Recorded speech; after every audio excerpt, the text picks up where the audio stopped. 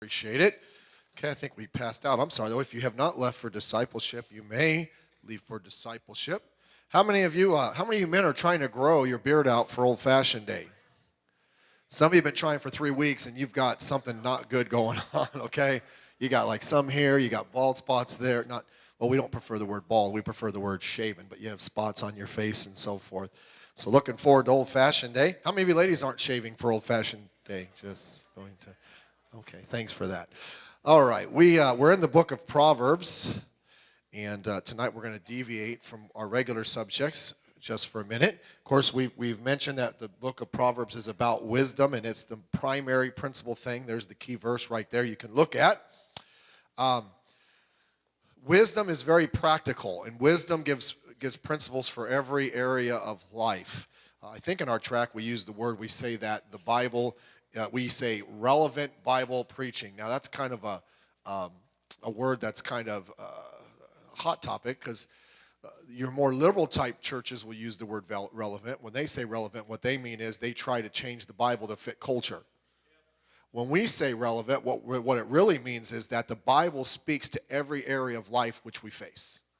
Okay, it does. It applies. It's not just some book of children's stories. It's not some book of just this, that, or the other. It talks about the things we face on a daily basis. And so that's what we want to, that's why we're in the book of Proverbs. It talks about our spiritual life. It talks about how you can have a better relationship with God and that from that aspect. It talks about practical life, things we face in everyday living. We've been talking about finances over the last few weeks. Your career, your job. It talks a lot about character, diligence, prudence, laziness, and things of that nature. Talks a lot about morality.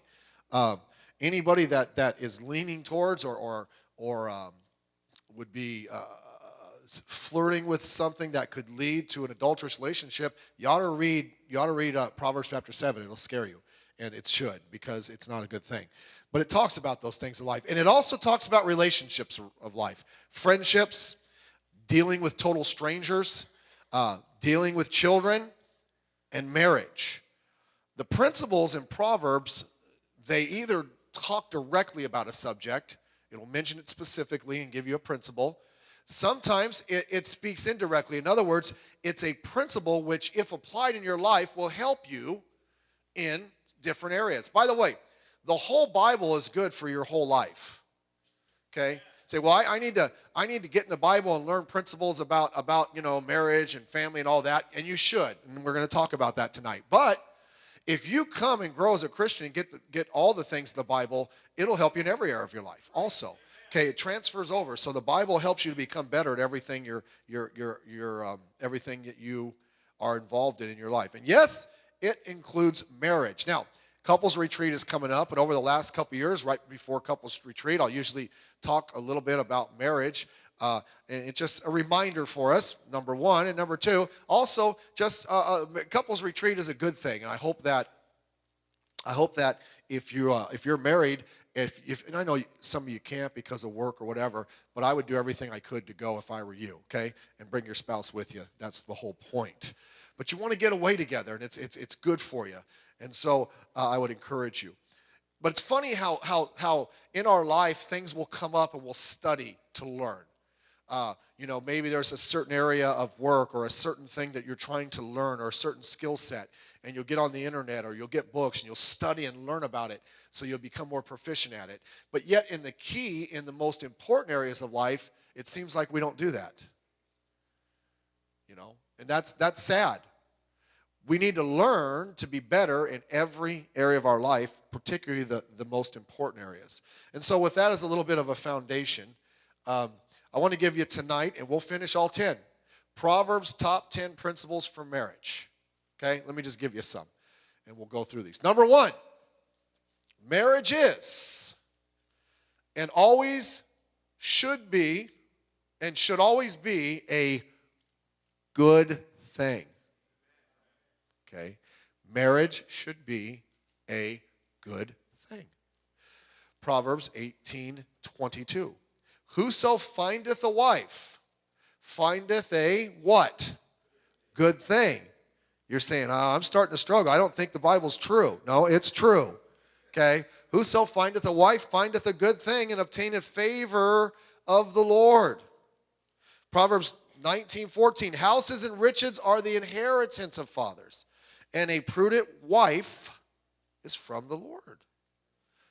Perspective is everything. Perspective is how we look at things. If we have a negative look at a negative view of something, we're probably going to only see the negative. If we have a positive view, we probably are going to key in a little more on the positive.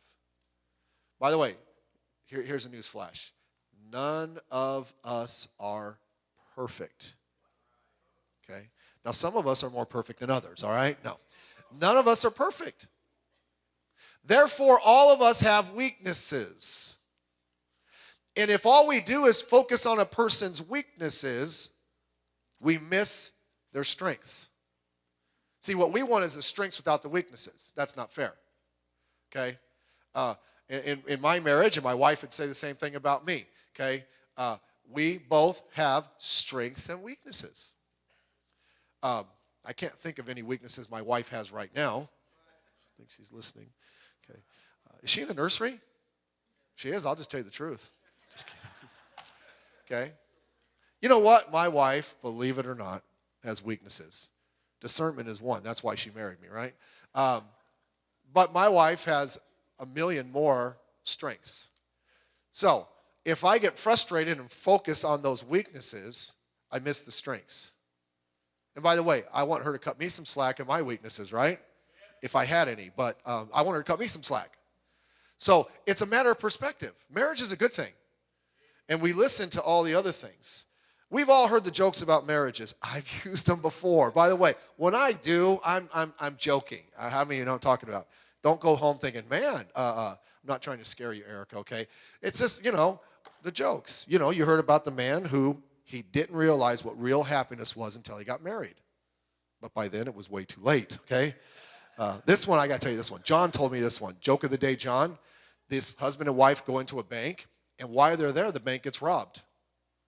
So after the guy robs the bank, he puts all the people that were there against the wall, and he walks up to the first guy and says, he has him against the wall. He goes, did you see anything? And the guy goes, well, yeah, I did. He goes, bam, shoots him, kills him right there. Goes to the next person, says, did you see anything? He goes, well, yeah, I did. Wow, bang, shoots him. He goes to this man. He goes, did you see anything? He goes, nope, I didn't see a thing, but my wife saw everything. Okay, moving on. Fact of the matter is, though, marriage is a good thing. Marriage should be one of the biggest blessings in your life. Okay? It should be. It shouldn't be looked down upon. By the way, I understand the princess and the prince, they saw each other, they fought through whatever it was, and they got to get married, and they lived happily ever after. And they probably did, but there was some bumps on the road. So quit looking for perfection. It's not there. But you know what? Marriage ought to be a good thing. The problem is how we look at it. Go through the progression of how you got together. You one day were whatever you do, you're living your life, and wham, you saw her or him. And it's like, wow, okay. And then through a course of whatever, you got to meet them. Maybe you did a little homework on each other. Then you start the courtship process or the dating process, and you get to see each other, and you have things in common, and you enjoy being with each other, and there's something there. And then maybe the relationship takes a little bit deeper. Maybe it's a whole boyfriend and girlfriend thing, or it's like, this is the one I'm dating. This is it, and you're dating. It gets a little deeper. And then you get to the point where you just want to be with them all the time. You're in love. By the way, don't fall in love. The word fall means, to trip, to hurt oneself, all right? You're not hurting yourself when you get in love. You're deciding to love. But so, now it's like you're in love and you want this, and so you get engaged. And you can't wait till that wedding day. You want to see each other every day. You want to be with each other all the time. Then you get married. And you go on the honeymoon. And all is well. And you come home and you're basking in the glow of the honeymoon, and we're going to build a family, and we're going to build a life together. And then what happens is life starts coming on. Job, bills, children. Maybe a little bit of pressure, a little bit of thing comes. And what happens is, if we're not careful, that relationship we started starts to take some hits. You know why? Because we're not investing in it the way we used to. We're letting something slip into that marriage and drive a wedge. So, by the way, sometimes it's not bad things. It's good things that you have to do. But you let that start to get on your marriage. Listen, it's a good thing. Keep it that way. Understand that it's a blessing from God. Marriage is a blessing. Now, number 2. A married home should be a peaceful place. Now, I'm going to have to define peace for you, because I don't think it's quiet. If it is, our house is never peaceful. Proverbs 15:17. Better is a dinner of herbs where love is than a stalled ox and hatred therewith. Better to be a vegetarian. By the way, let me say this. How come vegetarians look so unhealthy? Meat is good. Thought I'd just throw that in. Amen. All right. Unless it comes from McDonald's, then it's not meat. But it's better to have not as much than it is to have more, but there's no peace, there's no love. Look at Proverbs 17:1. Better is a dry morsel and quietness therewith than a house full of sacrifices with strife. Fact of the matter is, your home should be a good place to be. Your home ought to be a place where you want to be. Okay? There ought to be some peace there. Now, let me define peace. Peace doesn't mean you walk in and it's quiet. You know, we have our children, and then we have the married ones and the grandchildren, and there's always people at our house all the time. So it's not always quiet. But you don't have to have quiet to have peace. It ought to just be something where you come home and family. It's some place you want to be. The quiet in the context here is being compared to strife, fighting, all of that nonsense and all that drama that goes on. What sets the main tone in the home? The marriage relationship. That sets it. Okay? If there is a bunch of drama in the marriage, there's going to be a lack of peace in the home. And let me say this, it does not have to be that way. It doesn't. If you have two people that love each other and they love the Lord, they can make that a peaceful place. You can grow into that relationship. Don't settle for second best. It's how we see it. Well, let me say this. You ought to have a little bit of stability in the home. Stability brings peace. What I mean by that is have a schedule. Now, and maybe this is just me, it's not who I am when it comes to that type of thing. It doesn't have to be necessarily a rigid, like 801 this, 802 that, 803 that. I'm talking about your life is so routine and you're doing the same things that there's a good schedule there naturally. Okay? By the way, first thing in your schedule is you come to church on a regular basis and those type of things. And you're home with the family and these you may not do anything, but there just needs to be some type of order in the home, and there needs to be peace. Many years ago, we were doing a big push on the family when we were at the old building on Pacific, and Pastor was going to do this big series on the family. It was part of our fall program, so he wanted a special tract to pass out to the area, and I did the tracts that time. So on the front of the tract, I put a picture of an atom bomb going off, and I just put the little picture. The comment was, "What comes to your mind when you think of marriage and family?" Because that's what most people think of. That's just, no, it doesn't have to be that way. You ought to strive to make your home a place of peace, where your children want to be, where your husband and wife want to be home. Constant drama in the home because of the marriage is not God's design. Okay? And so let's work on that. A married home, make your home a peaceful place. Number 3, Before I say this, ladies, don't get mad at me. The guys get point 4. Are you with me? Okay, so I thought I'd throw you first because I know you're the better Christians, and you'll take it a lot better, and then we'll jump on the guy's case in a minute. Are you with me? All right. A wife, and by the way, I'm sure we have none in our church that are like this, but it's biblical principle. A wife with a contentious spirit drives a husband away. A wife with a contentious spirit drives a husband away. Now there's several verses in here that God brings. You say, well, that wasn't God. Solomon wrote that, and he knew about that because he had 700s of them. I'm sure he had several that were just rejects that he wanted to take back and get a refund. Okay? Proverbs 21:9. It is better to dwell in the corner of a housetop than with a brawling woman in a white house. Okay? The picture is he's hiding up on the roof even though they have this huge house. Okay? No personal testimonies here, guys. Or else you deserve to be on the roof. Proverbs 21:19. It is better to dwell in the wilderness. By the way, when you hear the word wilderness in the Bible, it's not talking about the beautiful green trees everywhere. It's the desert, all right? It's better to dwell in the wilderness than with a contentious and an angry woman. I think I'll go camping without tent and water to Death Valley. Proverbs 25:24. It is better, same thing, to dwell in the corner of a housetop than with a brawling woman in a white house. I guess God wanted to make sure we got that one. He mentioned it twice. Here we go. A continual dropping. In a very rainy day and a contentious woman are alike. You know the drips, when the rain drip, drip, drip, drip, drip. Yeah. Well, Jerry, you want to tell us about it? I think that you're the one that's nonstop, all right?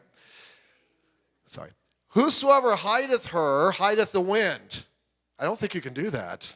And the ointment of his right hand, which beweigheth itself. Okay? Let me say this. And again, men, we're going to get on you in a minute. Most of the time speaking, the spirit of the home is determined by the woman, the wife, the lady. All right? What is he saying here? It's not good. Look what he's saying. Look at the lady he's talking about. This is a lady women want to fight from. Brawler? What do you think of when you think of a brawler? Bring it on. Let's go. We'll drop the gloves. Let's do it. Okay? How easy, ladies, is it for you to get in a fight with him? I mean, are you looking for one all the time? By the way, when your husband comes home, if he comes home from somewhere and you've been home for a while, give him a few minutes before you jump on him, all right? Give him 5 minutes. Everything okay? Here, sit down. Now you can jump on him, all right? Just give him a few minutes. But there's ladies, they just like to fight. What is contentious? Argumentative, an attitude that just is like, if I say the wrong word, it's coming. Angry, out of control.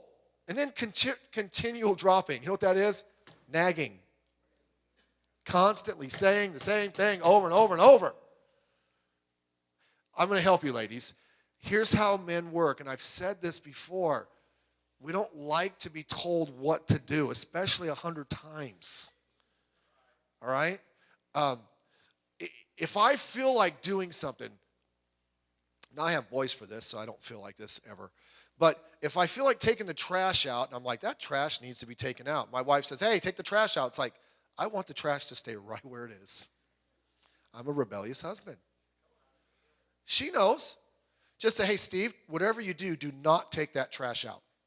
I want you to leave that trash right there. It's like, no, you ain't telling me what to do. I'm taking it out right now. Whatever you do, don't buy me a dress. You're going to get one right now. Okay? And it's wrong. I know it's wrong. Okay? But pray for us. That's who we are. But nagging. Okay? And by the way, husbands, we'll get on you in a minute. Maybe your wife shouldn't have to nag on you for the same thing over and over and over. Okay? Don't even give her a reason to nag at you. I couldn't wait to the next point, guys. I had to get you now. Look at the reaction, okay? Let me just tell you. There's two things that are going to happen when you're in I was going to say beast mode. You know, when you're in nagging and fighting mode. You chase a guy away. I'm telling you, that's how we are. I'm letting you in. I'm giving you the secrets tonight. First of all, the corner of a housetop. You know what that means? He's there, but he's at home, but he's retreating. Okay? Sometimes it's like we just don't drama. We rather just, now, we have to step up. I get it and all that. But it's like, he's just, I ain't say anything. He's there, but he's not there. He's retreated. Then, you know what the wilderness is? That's not the home. He's out of there. He takes a long way home from work. He finds other things to do. So listen, don't, now, guys, let me say this. If your wife's having a bad day, don't say, didn't you listen last night? You're nagging. Give them some slack. Sometimes they're having a bad day. By the way, you have a bad day too. Okay, you come home, it's like, what is that doing there? What's going, and your wife's like, hey, how was work today? Well, it's horrible. Well, she knew. So cut some slack. But ladies, please, you set the spirit in the home. I'm telling you, if you would just get this, you could have everything you ever wanted. We like peace, and we like things to go well. We don't like drama. Some people thrive on drama. Guys, we don't want it. You want something, he comes home, hey, sweetheart, how you doing? Give him a nice hug. Maybe give him a little kiss. Say, guess what? Dinner's ready. Whoa. Hey, listen, are you doing anything? Your hair looks thicker. You have a good day. What, can I do that? You know what? Listen, he's pulling the credit card out. It's like, I know we're not supposed to spend on credit, but go get whatever you want. We like that. Okay, so help us out. But nagging doesn't work. Don't chase him off. Say, well, my husband never goes to the wilderness. I know, but he's living in the invisible rooftop. How come my husband's always in his room? I drive through our neighborhood. Now, I've never done this, and I wouldn't. But I drive through our neighborhood, and guys have, man caves. Now, most of them can't afford a house that has enough rooms for a man cave. So guess what their man cave is? Their garage. You go down the street, I see it all the time. There's a television in there, and there's a guy hanging in there. I'm wondering why. Okay? Now, maybe sometimes they just like a place to go with their buddies, but I wonder if it's like, this is my corner of the housetop. This is where I'm hiding. Okay? Leave the dog in the house, let her yell at the dog. So try to set a spirit. The best thing you can do, lady, is set the spirit in the house. Now, I say, well, I had a bad day. Okay, we all have bad days. Now, here we go. Fellas, this is for you. Number 4. A man's anger causes his wife to react. You weren't going to get out of this so easy. As coals are to burning fire, as coals are to burning coals and wood to fire, so is a contentious man to kindle strife. Oh, I thought we were talking about the ladies being contentious. No. Anger. Proverbs 11:28. He that troubleth his own house shall inherit the wind, and the fool shall be servant to the wise of heart. You say, well, wait a minute, you're contradictory. No, these are general principles. For the most part, in a good relationship, the lady will set the spirit in the house. But sometimes, gentlemen, she can't because your anger is so out of control, there's nothing she can do. If when you come home, everybody, as soon as you walk in the door, if everybody stops and stares at you to find out how you're going to react today, that's a sign there's something wrong with you. Your wife ought to want you to come home. Your children ought to be glad you come home. But if they're waiting for you to come home, like, what kind of mood is Dad in? If they have to talk to you in such a way, they're afraid if they say one word, you're going to blow up, there's something wrong there. Maybe, just maybe, your wife is contentious, and just maybe your wife does like to brawl because you've taught her how to do that with your constant anger. Anger is not good. Look what the Bible says about anger. Look, Proverbs 22:24. Make no friendship with an angry man, and with a furious man thou shalt not go. God says, don't stay away from angry people. Now, I'm not talking about, something happened. I had a buddy that you could not make him mad. Guy his name was Ray Dowd. We hung out when I was in high school. He was just one of these really laid-back guys. And the guy never got mad. So, one time, he barely talked. One time, remember I mentioned we had a moped last week in the financial. He had a moped too. So we're at my buddy's house, and we hid his moped around the back of the garage. And he came in, and he had just got it. Like, man, I hate to tell you this, Ray, someone came here and stole your moped. And he just kind of like, did you know, Ray? And he just kind of smiled. He goes, and then he turned and put his fist to the wall. Boom! Like, whoa, Ray never gets mad. He got mad. Okay? Now, that was but all of us get mad every now and then. I'm talking about if you lose it at every small little thing, you've got issues and you're ruining your marriage. Maybe that's why your wife is reacting. Takes two. Number 5. A man is to find satisfaction in his relationship with his wife. Look what Proverbs says. Now, I understand this is we didn't put all the verses in there, so stay calm. I understand this is talking about also guarding against immorality and so forth. I get that, but I think it goes deeper. Proverbs 5, verse 15, drink waters of thine own cistern, and running waters out of thine own well. Let thy fountains be dispersed abroad, and rivers of water in the streets. Let them be only thine, and not strangers with thee. Let thy fountains be blessed, and rejoice with the wife of thy youth. I like the way it said the wife of thy youth, because obviously he's talking to somebody that's been married for a little bit. Okay? Your satisfaction in life, and now other than the Lord, don't nitpick with me.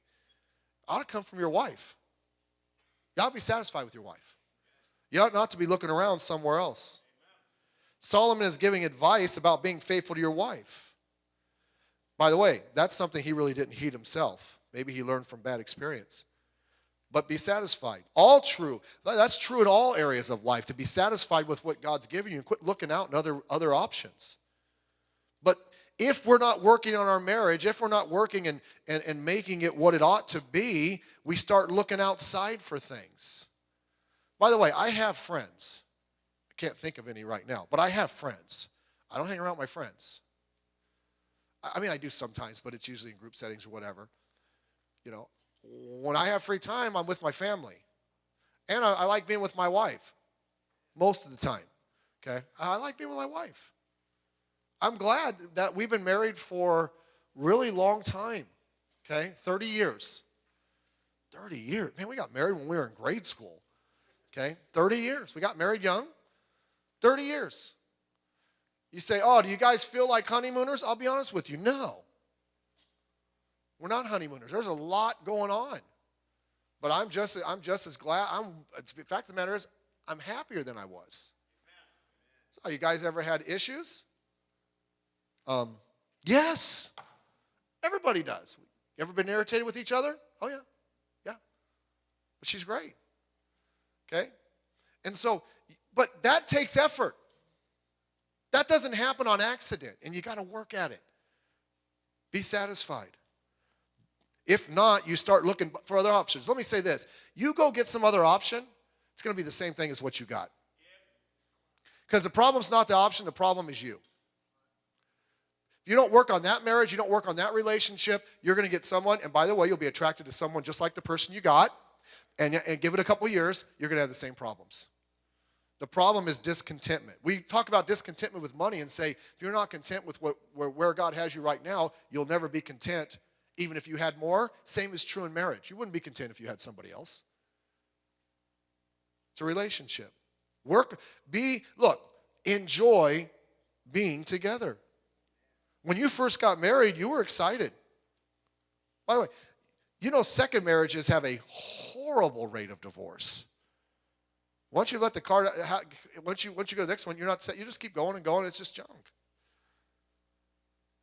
It changes because we quit working on it. We don't go out together. You ought to have date night. I'm telling you, you ought to have every single week you need to go out with your spouse. Every single week. Okay? That you need that. Now, when you were dating, I wanted to be with them all the time. You get married, all of a sudden, I joke around. You ever drive and you see some couple making out in the car next to them? How many of you ever seen that? It's like you got a red light and they're just going to town, and I always joke to my wife and say, man, a good dose of marriage would stop that in a heartbeat. Okay? Now, that's a joke. That's usually what happens because we quit working on our marriage. Go out. You couldn't wait to go out when you first started seeing each other. Now you're married, you don't want to go out? You need to find reasons to be together. That's why I encourage you, if all possible, you need to go to couples retreat. Oh, we don't need that. You need it. Okay? You need it. If you don't need it, then you do need it, and you don't realize you need it. Okay? Find ways to get along together. Now, I know guys like, oh, I'm not going to go shopping. I'll go shopping with my wife. Now, I will confess that it does have a tendency to irritate me to no end. Okay? And I know. I know all the routine. Hey, let's go to Costco. I'll go to Costco. Why? Because they have some seriously good samples. Okay? Are you with me? It's like you go do whatever it is you're doing. It's like I didn't even realize I needed a Hot Pocket, but I need one. Okay? And the little whatever it is, and I'll eat it all. But you go, and I know it's like I only need 3 things. I'm like, right? Let me get a cart. Oh, just one more thing. Oh, just one more thing. Oh, just one more thing. I'll get another cart. Okay, I know how it works. I don't go to Costco. Well, actually, I go to Costco because I like the samples, and I like their hot dogs. Okay, those things are really good, and they even throw in a drink. That's a really good deal. You can't pass that up. That's stewardship. But I like the whole thing. But I like being with her. It's an opportunity just to go and spend a little bit of time with her. Okay, and by the way, that's not sissy. That's called being married. You quit doing nice things for her. What, you don't know how to open the door yourself? Okay, by the way, say, I saw you, Brother Meyers, and your wife was getting in your car with you, and you didn't open the door for her. Okay, let me explain what happened. My key, I have to explain myself. My key is dead. It doesn't open, and there's no key on her side. I have to rip it apart to open my car door. I was going to get a new key. It was like $300. I said, no, I'll pull the little key out and do it myself. So I can't unlock her door. So I have to unlock my door, and then by the time I unlock her door, she already gets in. So, but I do help. I open the door for her to get out. She never does because we're driving when I do. But just keep working. Your satisfaction's in your marriage. Number 6, and I got to hurry. A lady is to find satisfaction in building up her marriage and home. Proverbs 14:1. Every wise woman buildeth her house, but a foolish woman plucketh it down with her hands. Ouch. Okay, this is, again, none of you in here. She is loud and stubborn. Her feet abide not in her house. Ladies, if our satisfaction is to remain in you, Pastor used to say all the time, we have the hunter mentality. Before we were married, we're looking for one, and we got her. It's like, all right, she's in the bag. We bagged the deer, here we go. We're done. Let's move on to the next project. Okay, that's not what we're supposed to do. But ladies, your marriage and your home, that's supposed to be important. That's supposed to be your satisfaction. Now, I understand in the place where we live, some of you have to work outside of the home, and I understand that, but be very careful. That's not where you find your satisfaction. I find my satisfaction in my boss at work, and what I get in my job and this and that. No, that's your job, and by the way, be a good employee, the whole 9 yards. I get it, but when your satisfaction ought to be in your marriage and in your home. Okay? Some ladies don't even want to be at their house. By the way, it used to be only the men in our society were deadbeat bums. They would up and leave the wife and the children and go do their own thing. Okay, which is horrible. A guy like that ought to be beat with a stick. 2 sticks. Now, you know what's sad? Now that happens on a regular basis with women. I mean, mom doesn't care. They'll up and just, I'm leaving. I want to do my own thing. You keep the kids. Okay, that's a sad deal. What happened to, look, no man or woman, you're male chauvinist, you think men are better than women. No, we all have roles. God created us who we are. Let's be happy with who we are, but let's fulfill our role. Okay? You mean my role is those snotty little kids? No, come on. Yes, they're a blessing. They're not snotty little kids. They're a blessing from God. And so see that. Don't look for something somewhere else. And know the priority. Your children aren't the priority. Your husband is. Okay? Children are underneath the husband. By the way, if your husband's the right priority and that's right, that's the best thing you'll do for those children. Those children want the parents to have a good relationship. Number 7. The key to a great marriage is found in the desire of the couple to be wise. Through desire is an house builded, and by understanding it established. And by knowledge shall the chambers be filled with all precious and pleasant riches. Okay? Where do we get the principles by which we're going to build our house? If it doesn't come from Scripture, it's usually flawed.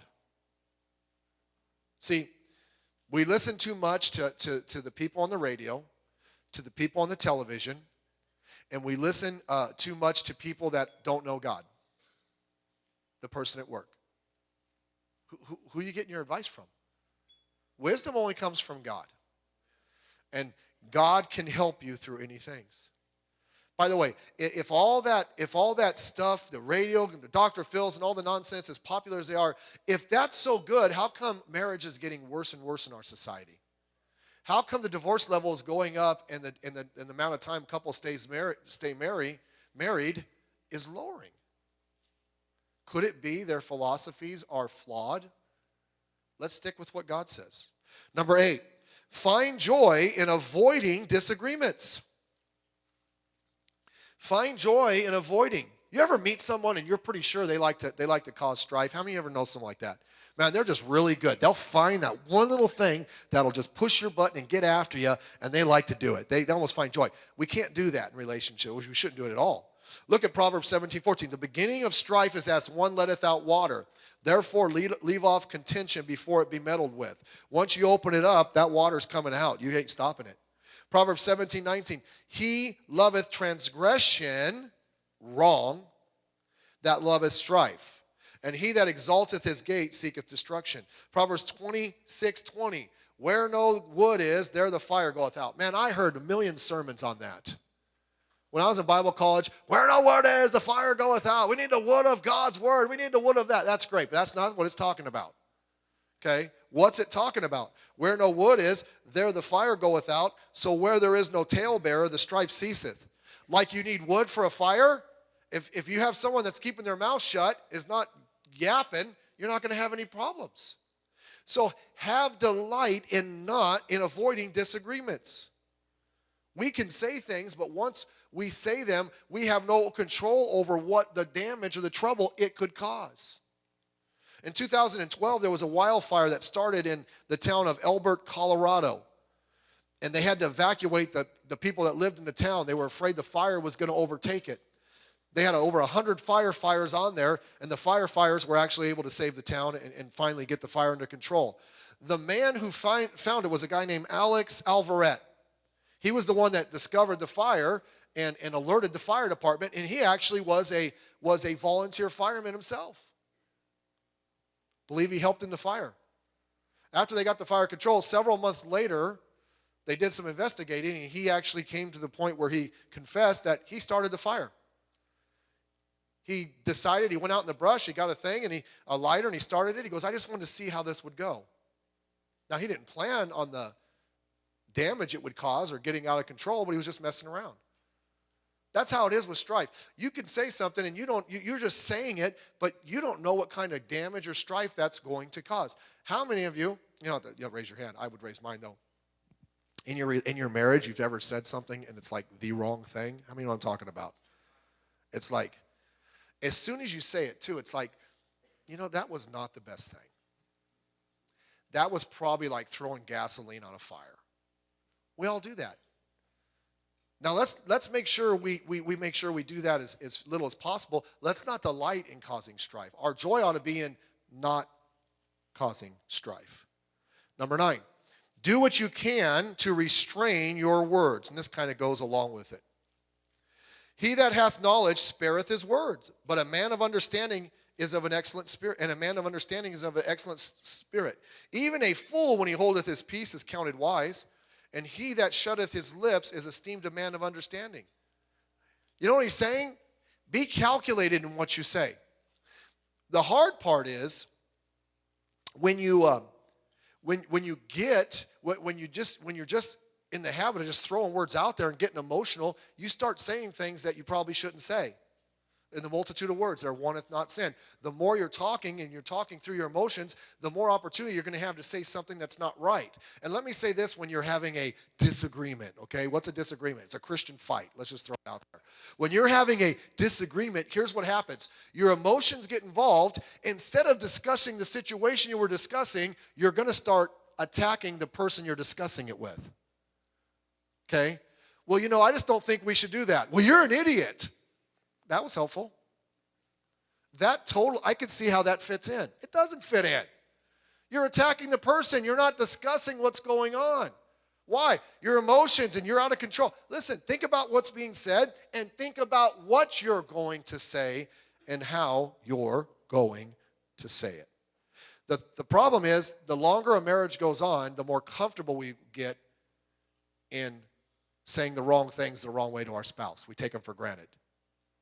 Fact of the matter is, look, if you're walking somewhere with your wife and some guy came up and said something to your wife, something that you would say to her in a wrong way, you'd probably jump on the guy and share the love of God with him after you deal with him. Say, don't you talk to my wife like that. Well, why? You do. Ladies, some guy starts, you're talking to my husband. I remember, and I don't even remember this. My sister laughs about it because this is not my sister. My oldest sister, Susie. I just remember I was a little boy. She was married. I went and stayed at her house. I was outside doing something. I don't think I was doing anything bad. You have to understand, my sister's real quiet. She's not, And some lady in the apartment, I just remember as a little kid came out and just started getting after me.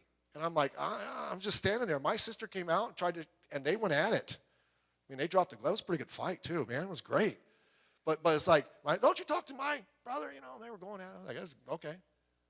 So we wouldn't let someone else do that to our spouse, but we'll do it to them.